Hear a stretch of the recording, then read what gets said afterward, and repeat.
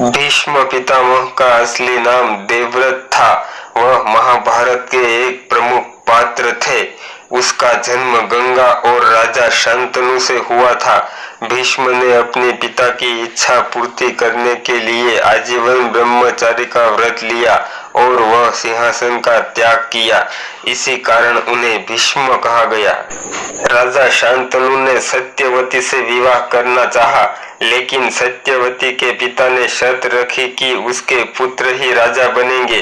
भीष्म ने अपने पिता की खुशी के लिए यह शर्त मान ली और आजीवन विवाह न करने का संकल्प लिया।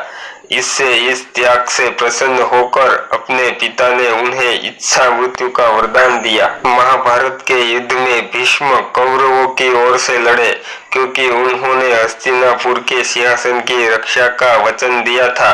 उसकी युद्ध कौशल और नीति की समझ अतुलनीय थी, लेकिन अर्जुन ने शिखंडी की मदद से उन्हें घायल कर दिया, क्योंकि शिखंडी का रूप स्त्री का था और भीष्म ने प्रतिज्ञा की थी कि वे किसी ही स्त्री पर हथियार नहीं उठाएंगे। अपने अंत समय में भीष्म ने कुरुक्षेत्र की रणभूमि पर बाणों की शैया पर लेटे हुए अनेक उपदेश दिए। उनकी मृत्यु मकर संक्रांति के दिन हुई और उन्होंने अपनी इच्छा अनुसार शरीर को त्यागा। भीष्म का जीवन त्याग, व्रत और कर्तव्य निष्ठा की मिसाल है।